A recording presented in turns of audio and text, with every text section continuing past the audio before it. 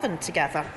As I set out previously, the statutory instrument that I laid before Parliament on the 26th of March extends the period for executive formation until 25th of August, and I intend to propose a short, focused set of five-party talks aimed at restoring devolution at the earliest opportunity. Thompson. Thank you, Mr Speaker. Given the Secretary of State has previously stated that she wishes to ensure the best chance of restoring devolution, is she concerned that no opportunity to successfully bring the parties together has yet presented itself? Well, Mr Speaker, we have tried on a number of occasions to bring the parties together, and he will know that we did have an intensive period of talks last year, which were very, very close to a successful outcome.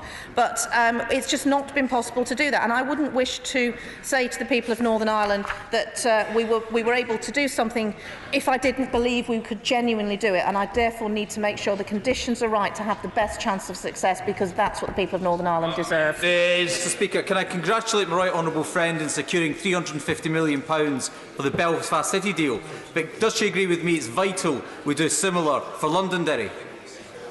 Mr Speaker, I thank my honourable friend for his question, and I was delighted to co-sign the heads of terms for the Belfast City Regions deal with partners last month. This was a significant milestone that will ultimately deliver the first city deal in Northern Ireland.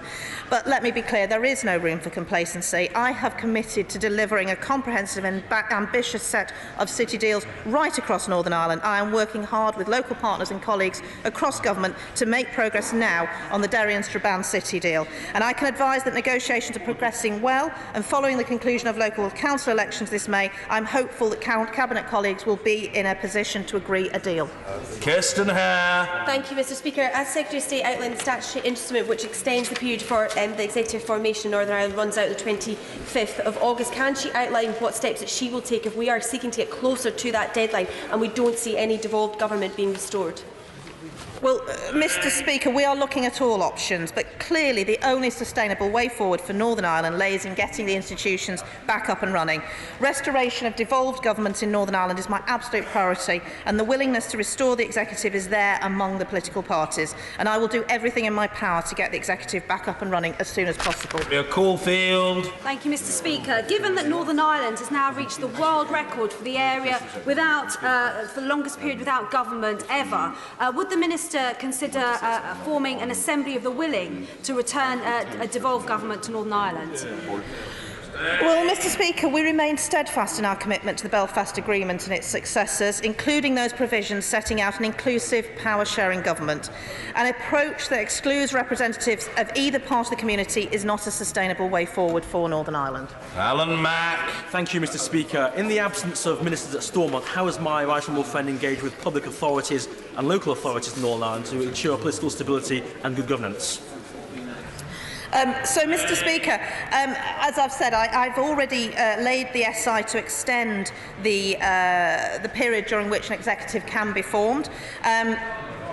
We need to make sure that we're doing everything we can to get the politicians back into Stormont, running devolved government in Stormont for the people of Northern Ireland. But I, of course, work closely with local councils and others, and including, as I set out earlier, working on city deals. Thank you, Mr Speaker. Can the Secretary of State outline for the House what fresh thinking or fresh ideas she's got in order to try and break the impasse we've had for well over 2 years now? Well, Mr Speaker, as I've said earlier, I rule nothing out, and I'm looking at all the options that are available in terms of getting the conditions right and getting those talks, successful talks. If he has any suggestions, I would be very grateful to receive them, but I rule nothing out, and I will, of course, let this House know at the earliest opportunity when I do have developments in that area. Oh, it's a DUP contest between seniority and youth. Well, on this occasion, Mr David Simpson. Youth. Thank you, Mr Speaker. With all the discussions that the Secretary of State has had with the various parties, I'm sure she has come to the conclusion that the only party that's holding progress back is Sinn Féin. We on this side of the House would form a government in the morning. Well, Mr Speaker, you probably are not aware that I managed to offend the honourable gentleman in the tea room earlier, so I will point out that you allowed youth to win on that occasion. And, of course, I met all the party leaders and all of the main parties in Northern Ireland. I do believe there's a willingness to see devolution restored, and I want to see that at the earliest opportunity. Mr. Gavin Robinson. Thanks, Mr. Speaker. I will always defer to my junior colleagues. The Secretary of State knows that 4 to 5 parties in Northern Ireland would restore the executive tomorrow without preconditions. Yes. Sinn Féin are the only party that allow their political prejudice to get in the way of progress in Northern Ireland. Will she commit that at the end of a time-bound period of time of discussions to call the Assembly and put the parties to the test? Well, as I say, Mr. Speaker, I want to see devolution restored at the earliest opportunity. I'm grateful for the honourable gentleman's comments in terms of willingness of his party. I am convinced that the other 4 parties are determined to see devolution restored. We need to get the conditions right to allow that to happen. Marion Fellows. Thank you, Mr. Speaker. What recent assessment has the Secretary of State made of the extra budgetary payment to Northern Ireland agreed between her government and the DUP on the devolution settlement? And does she realise that Scotland and its people have been denied a total of £3.4 billion as a direct result of this dodgy deal, which may have broken the Barnett formula? Well, Mr. Speaker, I don't think it's right for the honourable lady to assert in that way. There are unique circumstances in Northern Ireland, unique pressures in Northern Ireland, and the government respects that and wants to make sure that is reflected in the financial settlement. Thank you, Mr. Speaker. Oh, bless you. In the absence of devolved government, I'm going to get through this. The direct decisions being made by Westminster for Northern Ireland are increasing every day. Whether it's the Offensive Weapons Bill, the Healthcare International Arrangements Bill, the two-child policy, or even what would happen with the Open Golf Tournament. The Secretary of State tells us that she respects devolution, but these decisions are being made behind closed doors with civil servants and without the involvement of the people or representatives of Northern Ireland. If she thinks that's acceptable, will she publish in full a list of all the policy decisions she has made under this new legislation, including the legislative consent motions, and who has signed them off, so we know who's really running Northern Ireland? Mr. Speaker, the honourable lady did very well to get through the question and still have some voice left. The decisions that are taken by the civil servants in Northern Ireland, the permanent secretaries, are published. That is part of the Executive Formation and Exercise of Function Act conditions. But to be clear, that Act does not allow new major policy decisions to be made. It allows for decisions that were taken, policy decisions taken when the Executive was still in place, to be continued, and it allows, as I say, no new policy decisions are being taken under that Act. Thank you, Mr. Speaker. Devolution and peace in Northern Ireland is precious and was hard won. It's brilliantly captured with great humour and poignancy in the latest series of Derry Girls, which I know the Secretary of State is a fan of. Will she join me in congratulating Lisa McGee and the entire production for another brilliant series? I am absolutely delighted to congratulate everybody involved in Derry Girls. I haven't yet seen the final episode, so I don't want any spoiler alerts.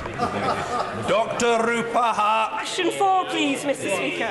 John Penrose. Mr. Speaker, both the Secretary of State and I were delighted by the recent announcements by the Secretary that parents who had their third child before the two-child limit was introduced in April 2017 would not face the cap. This will help thousands of families across the UK, including Northern Ireland. I should also add, Mr. Speaker, that administration and implementation of universal credit is a devolved matter, but that the Northern Ireland Department for Communities knows of no complaints, issues or problems experienced by claimants in the operation of the two-child policy. Dr. Rupaha. The cruelty of this policy, as confirmed by the UN rapporteur, is most acute in Northern Ireland, where families are bigger and abortion is illegal, as condemned by the Supreme Court. Surely, in the case of non-consensual conception, women seeking to exercise the humiliating as it is rape clause won't risk the prosecution of professionals who assist under Section 5 of the 1967 Act. Can we have some clarity on this human rights double whammy? Well, Mr. Speaker, the Honourable Lady is quite right to raise this concern. It's been raised on previous occasions too because of the depth of worry about it. I would just reassure her that in the 52 years since Section 5 was passed, there have been no prosecutions for failure to report a rape in Northern Ireland at all. And I should also add, Mr. Speaker, that an outgoing Director of Public Prosecution prosecutions in Northern Ireland, said it is very unlikely in future that anyone would face prosecution either. Mr. Bow. Very much indeed, Mr. Speaker. I have to say, I think the Minister appears to be introducing some new legislation to us. We're not familiar with that information that he's just given us, and I hope we can have a bit more detail. But, Mr. Speaker, I rise actually in sorrow and in anger to say that the rollout of universal credit has had an unmitigated, devastating impact on the poorest people in Northern Ireland. If universal credit is not good enough for his constituents or my constituents, why is it good enough for Northern Ireland, where they have long-term unemployment at twice the national average? Does he believe that making the worse off is acceptable? Mr. Speaker, I would politely disagree with the honourable gentleman, not least because unemployment in Northern Ireland has been falling very steadily and is one of the huge success stories of Northern Ireland's response since the economic progress since the Troubles. I would also say, Mr. Speaker, that the previous Assembly introduced some rather important legislation, which is still in operation, which mitigates some of the local concerns that they had about the operation of universal credit in Northern Ireland. Vicky Ford. Question number 6, please. Mr. Speaker, with permission, I will answer questions 6 and 13 together. The threat from dissident Republican terrorism continues to be severe in Northern Ireland. Our top priority is to keep people safe and secure. Vigilance against this continuing threat is essential, and we remain determined to ensure that terrorism never succeeds. Mr. Speaker, today is 21 years to the day since the signing of the Belfast Good Friday Agreement, and I will always remember the devastating bomb that ripped through Omagh, the town of my birth, just months before. Does my honourable friend agree that that agreement has been vital to delivering the relative peace in Northern Ireland, and it must not be jeopardised? Mr. Speaker, I do. As the Secretary of State rightly mentioned earlier, the Belfast Agreement was a landmark moment for Northern Ireland and all its neighbours. The peace it's helped deliver is the foundation of so much of the economic and social progress that's been made since. And of course, the terrorists know this, which is why it is essential that we never let them win. Victoria Prentice. Thank you, Mr. Speaker. Does my honourable friend agree that the police service of Northern Ireland do a fantastic job, and will he confirm that this government will continue to do all it can to support them? Mr. Speaker, yes, I do. The police service of Northern Ireland do a terrific job in keeping everyone safe in Northern Ireland across the community, and I'm sure I speak for everybody here in expressing our admiration and our thanks for the work that they do. Lady Herman. Thank you very much indeed, Mr. Speaker. It's all for you, Sylvia. No. I'm very glad, actually, that the Prime Minister is in her seat, because the question relates to dissident Republicans. Has the Minister been made aware by the Police Service of Northern Ireland that dissident Republicans are responsible for the recent spate of thefts of ATMs across Northern Ireland and are intent upon using that stolen money to purchase weaponry to attack police officers and others along the border in the event of a no-deal Brexit? Well, Mr. Speaker, there's been a great deal of speculation about this matter. I think all I can say, and I hope she will understand in my response here, is that policing obviously is an operational matter. There are ongoing and live police investigations into this as we speak, and that therefore I can't really go any further into it. But I'm sure that everybody here will have heard her concerns and will have registered them clearly. I'll let you know. Jim Shannon. Bearing in mind that the Secretary of State made a statement saying that the threat level for January was at severe level, can the Minister outline what efforts have been made to increase police presence within local community policing, to build relationships within communities, and how much extra funding has he secured for the police? Well, Mr. Speaker, I'm happy to report that there has indeed been a great deal of extra funding for the police service in Northern Ireland. There was £230 million of extra security funding over the course of the 2010 Parliament, £131 million over the current spending review period, plus £25 million to tackle paramilitary activity, and in December we announced another £16.5 million to help the police service of Northern Ireland prepare for EU exit. Mrs. Theresa Villiers. What action is the government taking to tackle delays in the criminal justice system in Northern Ireland? Because that's an essential way to ensure we do more to bring to justice people responsible for terrorism. Mr. Speaker, as a former Secretary of State herself, I'm sure that my right honourable friend will appreciate that this is predominantly a devolved matter, and that there are many things which would be on the plate of a restored Stormont Assembly and Executive. I'm sure that this would be one of them, but obviously it is essential first to get that Executive and Assembly back to work. Lloyd! Thank you, Mr. Speaker. In these heightened times of threats against politicians, anybody standing for a council election in England this May does not have to have their home details published. In Northern Ireland, that's not the case, which has led to the SDLP councillor Maria Cahill having to withdraw from fighting her seat. Now, can the Minister tell the House why it is that in England legislation was changed, in Northern Ireland we didn't do that, and when will that change now be made? Mr. Speaker, this has been a point which has come up in the press very recently, and I know is causing concern, I'm sure, to all sides of this House and in all communities in Northern Ireland as well. I've got to say we are tremendously sympathetic. The difficulty at the moment, Mr. Speaker, is that changing the rules in Northern Ireland, changing the laws in Northern Ireland in time for the local elections looks like it's going to be probably impossible. And I think that we will all want to try and make sure that this is dealt with so it is in line as soon as we can. Finally, Tom Persclave. Number 8, Mr. Speaker.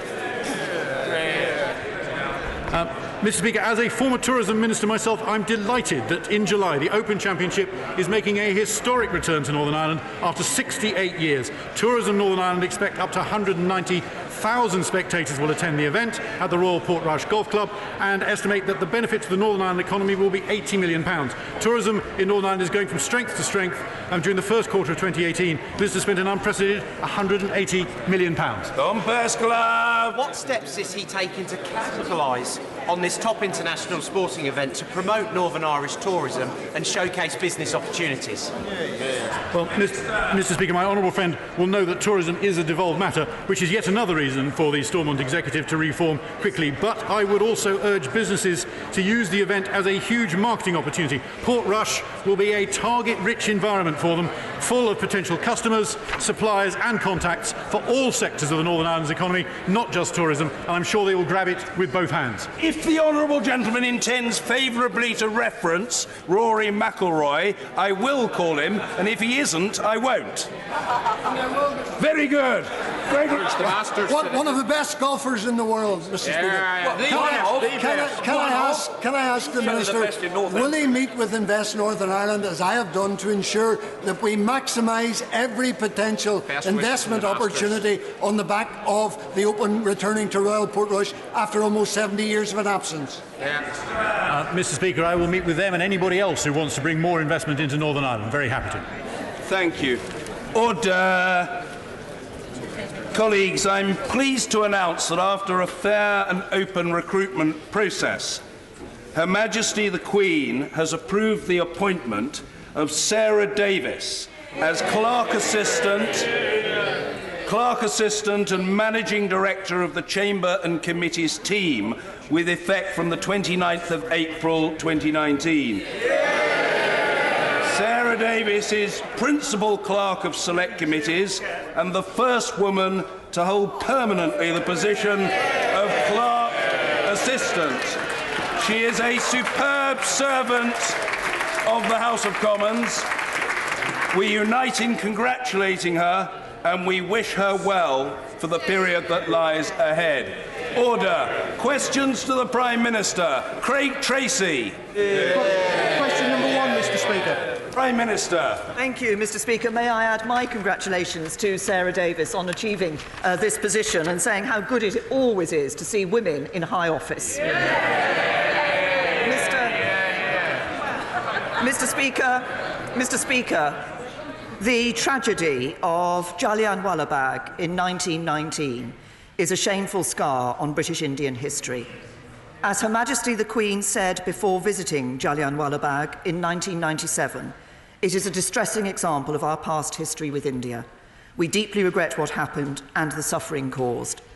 I'm pleased that today the UK-India relationship is one of collaboration, partnership, prosperity and security.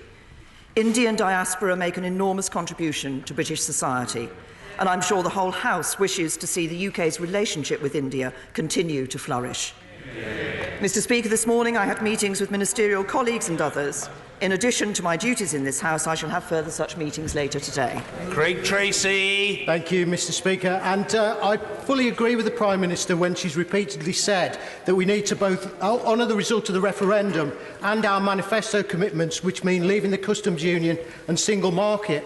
So does my right honourable friend agree with me that if the best way to do that, rather than delivering a diluted deal which is unrecognisable to many of those who voted to leave, is to go under WTO rules, we should grab that opportunity and believe in the ability of the British people and a Conservative government to make a success of it? Well, can I agree with my honourable friend that I believe that a Conservative government will make a success of whatever the situation is in relation to Brexit.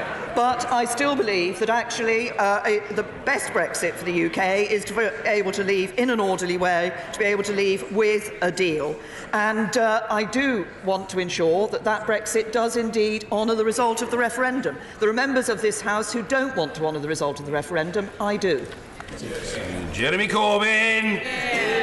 Thank you, Mr. Speaker. I'm very pleased that the Prime Minister mentioned what happened in Jallianwala and the issues of the massacre at Amritsar 100 years ago. I think the people, in memory of those that lost their lives and the brutality of what happened, deserve a full, clear and unequivocal apology for what took place on that occasion. And I join the Prime Minister and yourself, Mr. Speaker, in welcoming Sarah Davies to her appointment. I'm sure she's going to be absolutely brilliant. I remember the day she started work in the House, and she's done incredibly well. And also, Mr. Speaker, I welcome my honourable friend, the new member for Newport West, who's here today, who is, I believe, a very worthy successor to the late Paul Flynn. Today, Mr. Speaker, marks the 21st anniversary of the Good Friday Agreement, a defining moment in Irish history which allowed peace to prevail. It was a great achievement, and I pay tribute to the work done by the Labour government at that time, as well as those on all sides of Ireland, north and south, and of this House, in achieving the crucial breakthrough in the peace process, which we have to ensure maintains. And as we continue to find discussions on a compromise over the Brexit deal that could shape our future economic relationship with Europe, protecting jobs, rights and our economy, we shouldn't forget communities across this country that have been abandoned by this government in the here and now. Official figures show that 9 of the 10 most deprived council areas in this country have seen cuts that are almost 3 times the average of any other council. Why has the Prime Minister decided to cut the worst off areas in our country more than the most well off? Can I first of all say to the right honourable gentleman that he's right to reference the 21st anniversary of the Belfast Good Friday Agreement, which was indeed an important moment in Northern Irish history and which has led to the peace that we have seen subsequently. And can I welcome the actions that were taken by politicians of all parties in this House and elsewhere to ensure that that peace was possible and that that agreement was possible as well. Can I say to the honourable gentleman, in relation to the issue of council funding, actually councils do have more money available this year, a real terms increase. The right honourable gentleman voted against that money being available.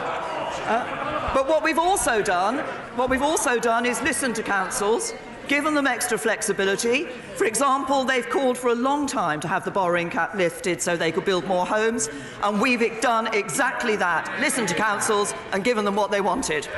Jeremy Corbyn. Speaker, the problem is that child poverty is rising. In councils with the highest levels of child poverty, over £1,000 per household has been taken in funding cuts in the last decade. In some of the wealthiest areas of our country, they've only lost £5. Take Swindon, for example, where Honda recently announced 3,500 job cuts. Child poverty is over 1/3 higher than it is in Surrey. Yet in Swindon, they will have lost £235 per household in government funding cuts, whereas a household in Surrey will see more money from central government. Can the Prime Minister explain why Swindon faces cuts while Surrey gets more money?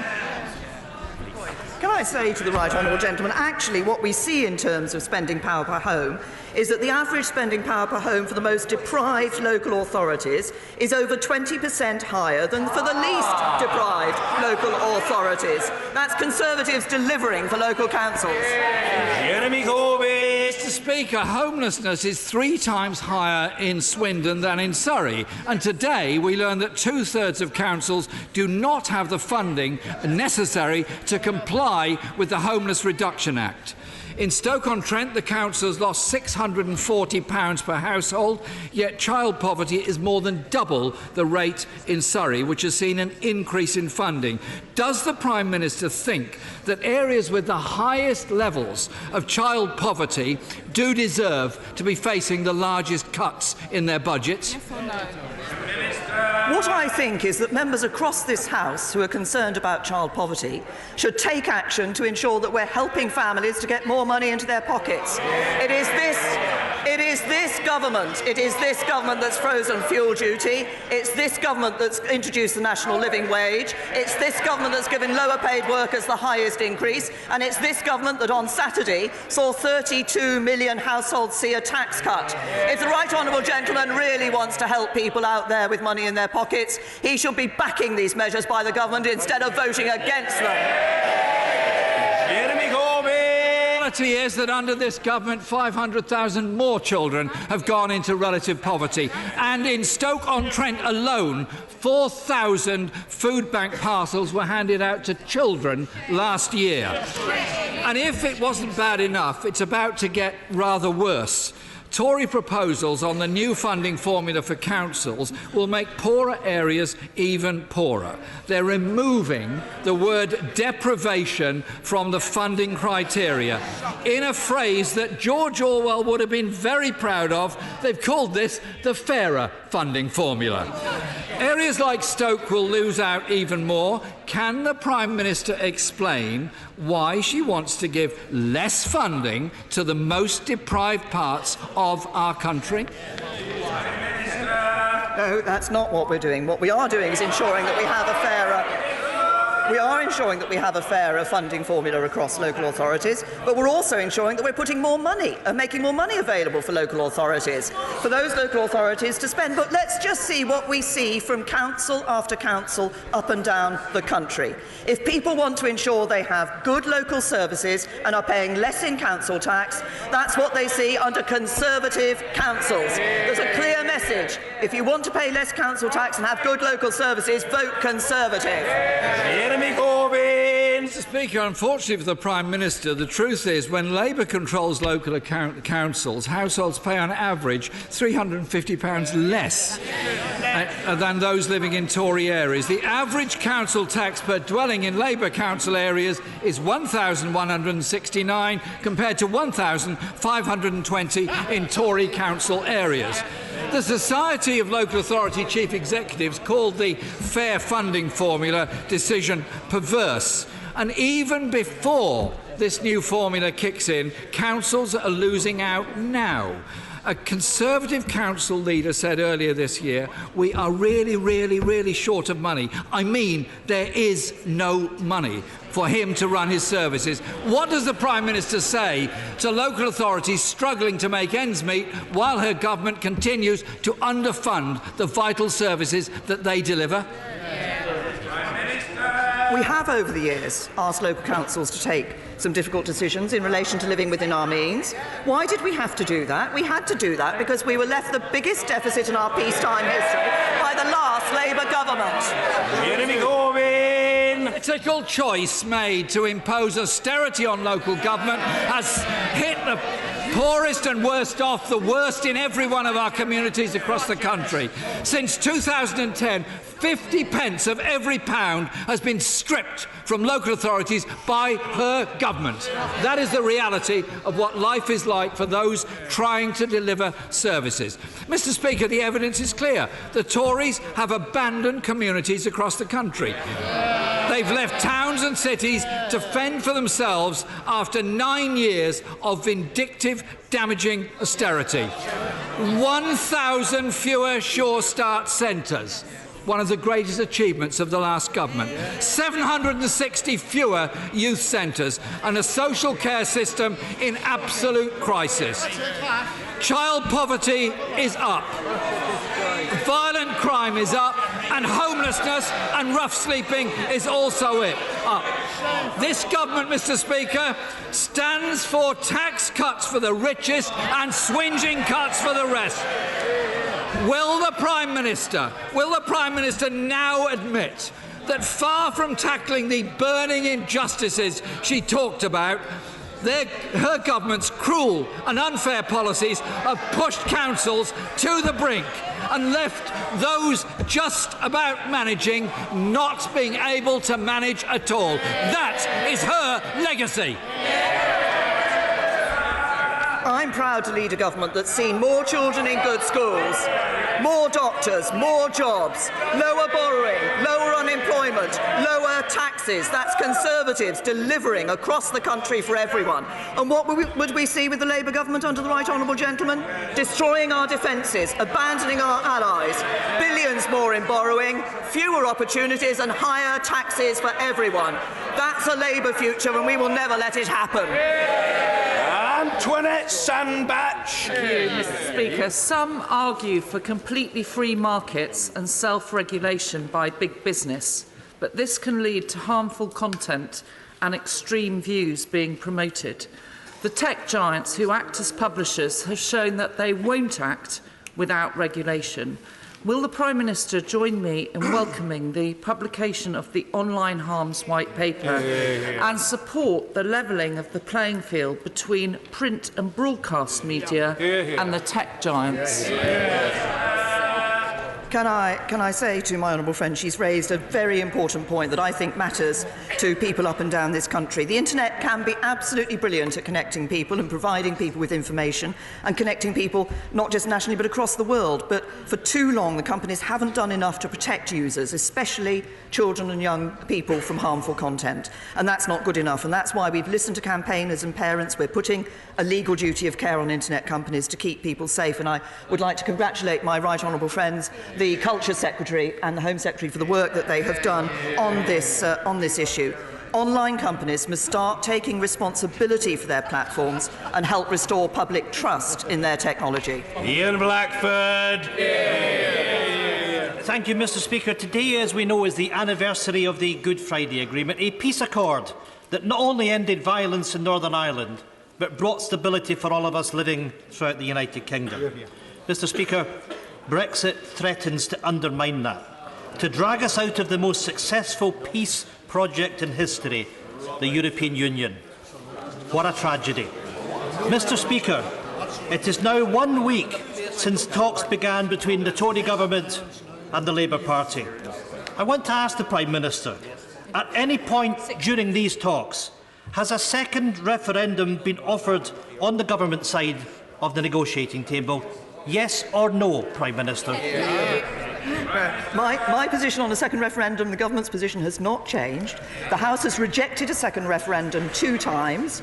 Now, when we come to a deal, we will have to ensure that legislation goes through this House. Of course, it may be that there are those in this House that wish to press that issue as the legislation goes through. But my position on this has not changed. Ian Blackford. Well, it was a very simple question, Mr. Speaker. Has a referendum been offered, yes or no? Mr. Speaker, people can't have faith in a backroom deal cooked up by 2 leaders who don't possess the ingredients to hold their parties together, never mind hold these islands together. Scotland won't be forced to accept what these 2 Brexit parties are preparing to serve up. There is no such good thing as a good Brexit. There is no such thing as a good Tory-Labour Brexit deal. The Prime Minister must recognise the difference between what she believes is duty but what the rest of us see as delusion.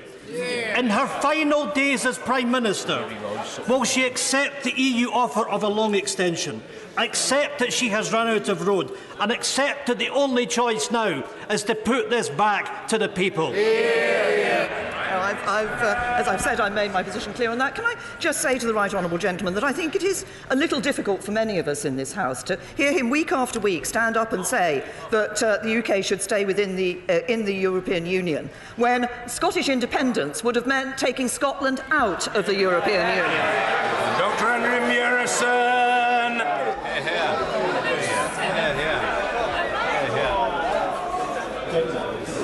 Order. A lot of noise. Let's hear the right honourable gentleman. Dr. Andrew Murison. Surplus waste incinerator capacity is taking pressure off efforts to reuse, recycle and reduce waste. Will the government strengthen its bid to host the 2020 UN Climate Change Conference by putting a moratorium on new incinerator, gasification and pyrolysis applications, including the one in Westbury in my constituency? Well, can I thank my honourable friend for raising this issue and for highlighting the fact that we are bidding to host COP26. The issue of incineration, I understand, is a crucial one, particularly for certain local areas. We do want to maximise the amount of waste that is sent to recycling rather than to incineration and landfill. And waste plants play and continue to play an important role in reducing the rubbish sent to landfill. But we do welcome work to drive down waste to landfill further. But if wider policies don't deliver our waste ambitions in the future, including those higher recycling rates, then we will consider the introduction of a tax on the incineration of waste, and this would operate in conjunction with the landfill tax and take into account the possible impact on local authorities. Ronnie Campbell. Charlie Foster, one of my young constituents, aged 7, has got cystic fibrosis. When he has an attack, it's like breathing from a straw. I've never tried the test, but I'm going to try it when I get back in my constituency. These young people are suffering very badly because of a drug called O-Combi, which has not been licensed by NICE. It has a 42% increase in lung capacity for these kids, and it stops them being sent straight to hospital, which they have to when they have the attack. So can the Prime Minister try and get this drug across the line and give these kids, like Charlie Foster, a quality of life?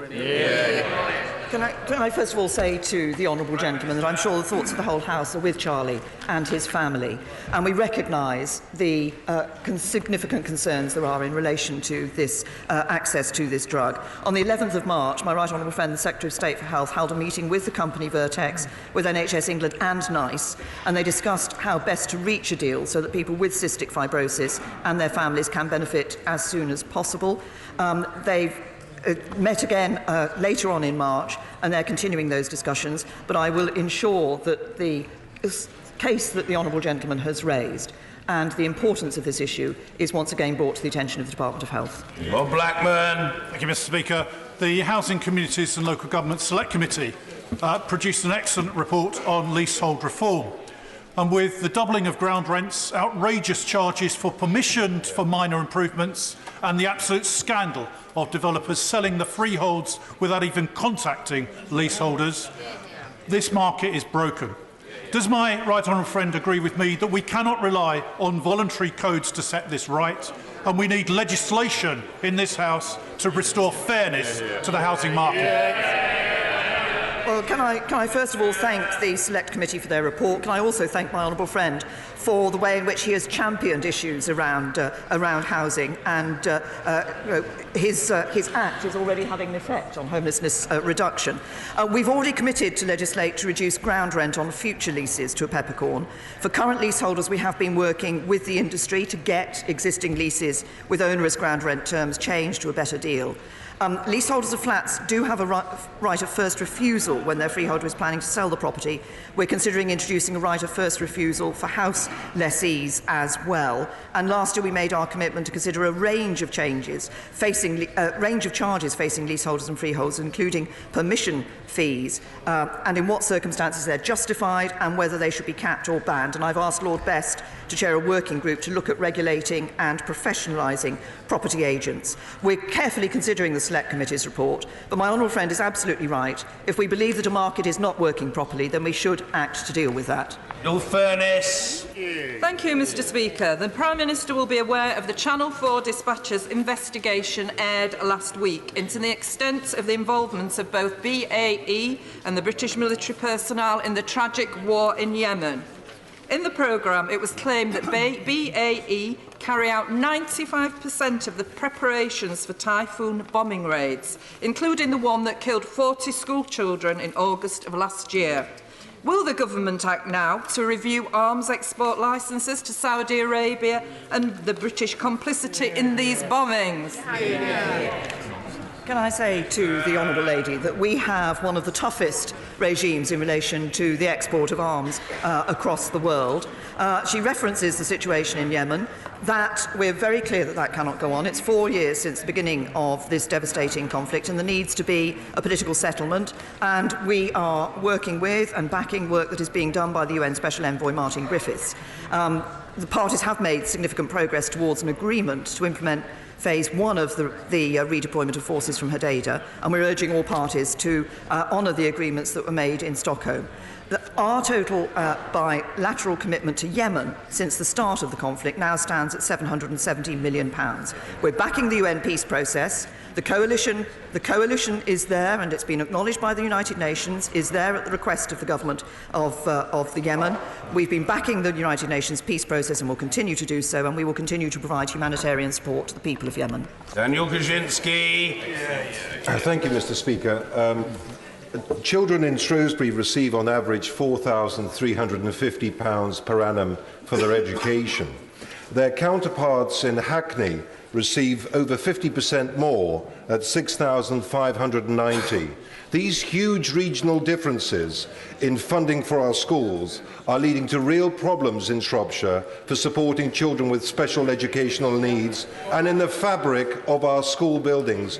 When will this Conservative government finally tackle the huge differences in regional funding for our schools? And can I say to my honourable friend that we're obviously working to improve education for every child, regardless of what part of the country they live in or what their background is. As I made clear earlier, we are putting more funding into our schools through to 2020, and we've recently announced an extra £250 million for over 2 years for the high needs budget, together with extra money that is being put in for children with special educational needs. But my honourable friend references the funding formula and the distribution of funds. The new national funding formula is about distributing funds more fairly, and historically underfunded schools will be receiving the biggest increases of up to 6% per pupil this year through the schools formula, and will also be allocating additional funding to small remote schools that play an essential part in rural communities. We've recognised the need to introduce a fairer funding formula, and that is what we're doing. Sir Mark Hendrick. Mr. Speaker, in 2010, when the party opposite took office, child poverty had been falling continuously in Preston for 16 years. Today, according to government figures, 38% of children in Preston, that is nearly 8,000 kids, are living in poverty. Food banks are being overrun, and what is accelerating this demand? The rollout of universal credit from July of last year. Mr. Speaker, can I ask the Prime Minister, when is she going to scrap universal credit? Can I say to the honourable gentleman, the way to ensure that we develop a sustainable solution to poverty is a strong economy and a welfare system that helps people into work. That is what universal credit does. 200,000 more people in work as a result of introducing universal credit. Because work is the best route out of poverty, and the evidence is, just the evidence is, that a child growing up in a home where all the adults work is around 5 times less likely to be in poverty than a home where nobody works. What we're doing is making sure we encourage people into the workplace. There are more jobs out there, more people in work, a record level of people in employment. Work is the best route out of poverty. Theresa May. On Monday, a constituent contacted me to tell me that 3 men armed with a knife had tried to rob his 15-year-old son as he walked from a friend's home in a neighbouring borough. My constituent expressed his frustration that police stations are closing and he never seems to see police on the beat any longer. To keep our young people safe, isn't it time the Mayor of London reversed his decision to close Barnet Police Station and others in the London suburbs? Well, can I say to my right honourable friend, she's absolutely right that decisions on the closure of police stations across London are a matter for the Mayor of London. And we have been protecting police funding. This year there'll be almost £1 billion extra available for the police, and the Metropolitan Police are receiving up to £2.7 billion in funding in 2019-20, which is an increase on last year. We will always ensure the police have the powers and resources they need, but it's important that people recognise the responsibilities of police and crime commissioners and the decisions they take, and in London that's the Labour Mayor of London. Jamie Stone. Mr. Speaker, I really think it would be unwise of me to mention any hotels in the Highlands this week. At Dounreay, in my constituency in Caithness, we have a skills pool which is second to none. And as Dounreay continues to decommission, it is vital that we redeploy these skills to the maximum benefit of the local economy and indeed the UK economy. Can the Prime Minister give me an undertaking that the Government will work very closely with the management of Dounreay, the relevant local trade unions and indeed the Nuclear Decommissioning Authority to make sure that this redeployment of skills actually happens to the benefit of the UK? Yes, I'm happy to say to the honourable gentleman, I recognise first of all that this must be a time of concern for staff at Dounreay. It is important that we recognise the skills that have been developed there and make sure that we're taking every opportunity to put these to the benefit not just of local people but, as he says, of the United Kingdom. We welcome the Dounreay site restoration's statement of support for its staff, its intention to support them through a transition into other employment. And I understand they'll develop training and support programmes to put individuals in the strongest possible position to move into another local job with one of the growing industries, such as space, which the honourable gentleman has already referenced in previous Prime Minister's questions, or renewable energy. We do remain, he asked about the Government's commitment, we remain absolutely committed to supporting the region and the staff affected. We'll continue to work with the Nuclear Decommissioning Authority, with the Dounreay Site Restoration Limited, Cavendish Nuclear, Jacobs and AECOM during this time. Damien Moore. The Access for All programme championed by this Conservative government is helping more disabled people, more elderly people and more people with prams and pushchairs access our stations with greater ease. After my campaign in Southport, Hillside Station was a successful recipient of some of this funding. Will my right honourable friend, the Prime Minister, do more in this area so more of our stations right across the country truly give access for all? Can I say to my honourable friend, can I congratulate him on a successful campaign that he ran to get that access at Hillside Station? We do need to ensure that we continue this programme of ensuring that we are able to open up routes for disabled people by ensuring they have that access to stations. We are moving closer to a transport sector that is truly accessible. The changes that will take place at Hillside is an example of that. If the programme continues to be delivered successfully, the Department of Transport will make submissions for further funding in due course. But it is absolutely clear that we are providing those extra opportunities for disabled people. I'm pleased to say that I think it's 900,000 more disabled people now in the workplace. Access is important for them, and the campaign that my honourable friend and others of my honourable and right honourable friends have run to get access to their stations has been an important part of that. In wishing the honourable gentleman a happy birthday, I call Luke Pollard. Thank you, Mr. Speaker. As you may know, there are 53 Mondays this year where rent is due for people who pay their rent on a weekly basis, but there are only 52 universal credit payments this year. The DWP have acknowledged that this is a problem they are awaiting government action on. Could the Prime Minister confirm that she recognises this problem and will act to ensure that people don't need to find an extra week's rent or go into debt because of this entirely predictable universal credit fault? Well, can I say to the honourable gentleman, he's raised this point, of course, it's worth pointing out no year actually contains 53 weeks. So if somebody does pay a 53rd rent payment in a given year, this payment will cover some days in the subsequent year and will mean that the following month only has 4 payment dates, and as such the claimant will be overpaid for their housing and a shortfall is immediately recovered. But it is about the way in which the days fall and making sure the system does work for everybody. Henry Smith. Mr. Speaker, if the Prime Minister is seeking a year-long extension to Brexit, does she not recognise that that, of course, would cost over £1 billion a month to the British taxpayer in subscriptions to the EU? And does she not agree that that funding would be better spent on tackling crime, funding schools, and even tax cuts for my constituents and constituents up and down the country. I say to my honourable friend, I'm pressing the case for the extension that I wrote to Donald Tusk about last week, that in fact was endorsed by Parliament last night. But can I also say to my honourable friend that I think it is important, we could actually have been outside the European Union by now if we'd managed to get the deal through, and I'm continuing to work to ensure that we can deliver Brexit and can do that in a way that works for people across this country. Mr. Stephen Hepburn. What would the Prime Minister boast is her government's greater achievement?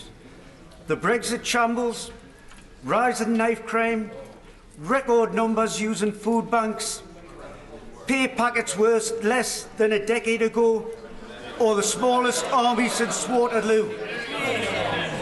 I'll tell the honourable gentleman. I'll tell the honourable gentleman what I'm proud of this government achieving. We see more people in work than ever before. We have seen tax cuts for 32 million people. We're seeing wages rising. We're seeing the deficit falling, debt coming down. We're restoring this country's finances. That builds a brighter future for all our constituents. Thank you, Mr. Speaker. I would like to see more women on the boards of big business. So will the Prime Minister join me in congratulating Ruth Kearney, who's recently been appointed the chair of Babcock International, first female chair they've ever had, and hopefully she will improve the company's fortunes. Can I thank my honourable friend for raising this issue? I'm very happy to congratulate Ruth Kearney for achieving that role as chairman of Babcock. The government has been working and has done a lot since 2010 to see more women on the boards of companies. I think this is very important. The greater diversity we have on those boards, the better those companies will do. Wayne David. For the Prime Minister's visit to Brussels, I have a little light reading for her. It's a graph of police funding from the government in Gwent. It shows very clearly, that police funding is going down, not up. So will she study this carefully and come back to this House and give an accurate statement about what is really happening to the police funding in this country? Can I say to the honourable gentleman that we have been protecting police funding since 2015. We have made this financial year, nearly £1 billion extra is available to police, and we have indeed put extra money into police. My right honourable friend, the Home Secretary, announced the £100 million extra that is going into key areas in relation to dealing with knife crime, and we've been protecting police funding since 2015. Shailesh Bara. Thank you, Mr. Speaker. The Prime Minister earlier made reference to the British Indian diaspora. Would she agree with me that the diaspora should be commended for the fact that, despite comprising 4% of the UK population, they actually contribute some 10% of taxes to the Treasury?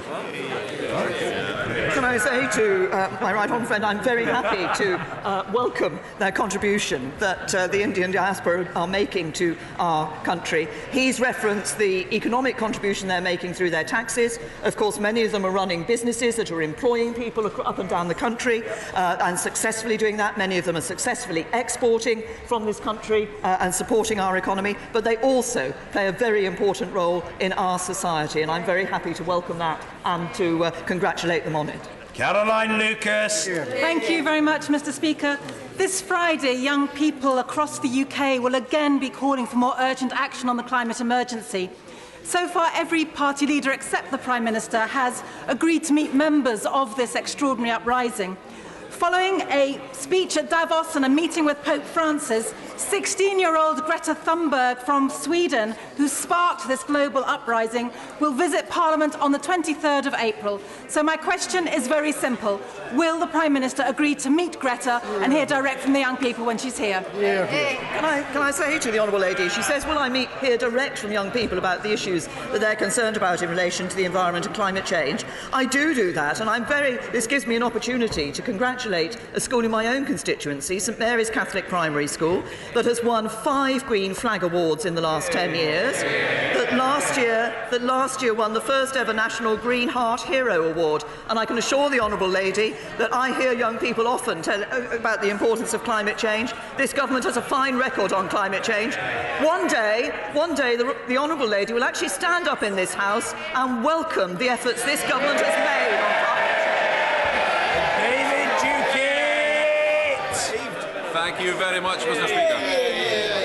Will my right honourable friend confirm again that it is still this government's firm commitment to leave the common fisheries policy and to be negotiating as an independent coastal state no later than December 2020?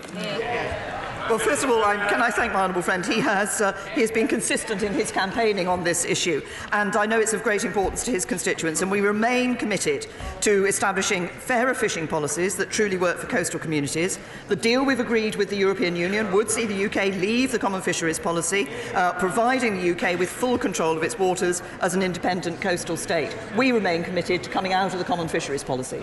Drew Hendry. Thank you, Mr. Speaker. The Department of Work and Pensions ministerial responses to written questions have stated, and I quote, "Universal credit should not leave councils out of pocket." Yet, despite Highland Council providing evidence to show costs of £2.5 million, including £640,000 of additional administration costs, they still have no offer from her government. Mr. Speaker, they're doing a runner, and every household in the Highlands is bearing the costs of universal credit. Isn't it time her government paid their bill? Can I say to the honourable gentleman, I refer him to the answers I gave earlier in relation to universal credit and the importance of this system, which is actually encouraging people into work. 200,000 more people in work under universal credit, 700,000 people getting money that they were entitled to that they weren't receiving before. Universal credit is helping people into work and making sure work pays. Neil O'Brien. Thank you, Mr. Speaker. My constituents, Mark and Panna Wilson, have a little son, Ardy, who has the terrible condition spinal muscular atrophy. He desperately needs the life-changing drug Spinraza, which is available in many other countries. I know the Health Secretary is working on this urgently, and the Prime Minister intervened to create a new route to market for this important drug so that my constituents can get the life-saving treatment that they need. Well, my honourable friend has raised an important issue, and obviously, as he will appreciate, I think it is important that we first of all want to make sure that patients are getting access to cost-effective, innovative medicines, but at a price that's fair and makes best use of NHS resources. And that's the independent system that we have through NICE, which reviews the evidence. I understand that Biogen has submitted a revised submission to NICE in relation to Spinraza, and a meeting of NICE's Independent Appraisal Committee took place early in March to consider those recommendations. I think it is clear that everybody at the DHSC and in NICE recognises the significance of this drug, but we do need to ensure that the decision which is taken on the basis of clinical aspects together with cost effectiveness, and that's what NICE will be doing in looking at this new offer. Richard Burden. Melrose Industries took over GKN last year. They promised ministers that they would back British manufacturing and they would not reduce the company's defence capacity without the permission of the government. Last week, GKN announced that they intend to close the Kings Norton plant, which makes windscreens for both military and civilian aircraft. So will the Prime Minister tell GKN that it expects the company to abide by both the spirit and the letter of the undertakings that Melrose gave last year? Can I say to the honourable gentleman, I wasn't aware of the particular issue that he had raised. If I may, I will look into that and I will respond to him in writing. Thank you. Order.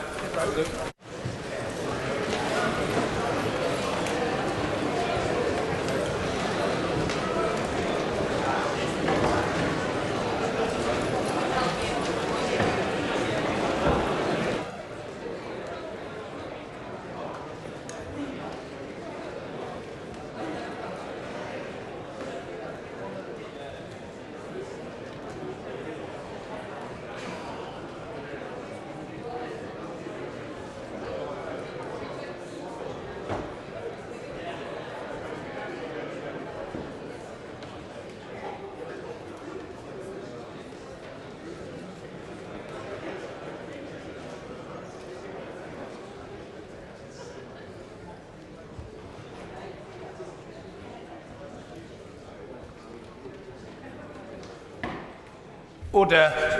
Urgent question. Alistair Carmichael. Thank you, Mr. Speaker. To ask the Secretary of State for Foreign and Commonwealth Affairs if he will make a statement on the conviction of pro-democracy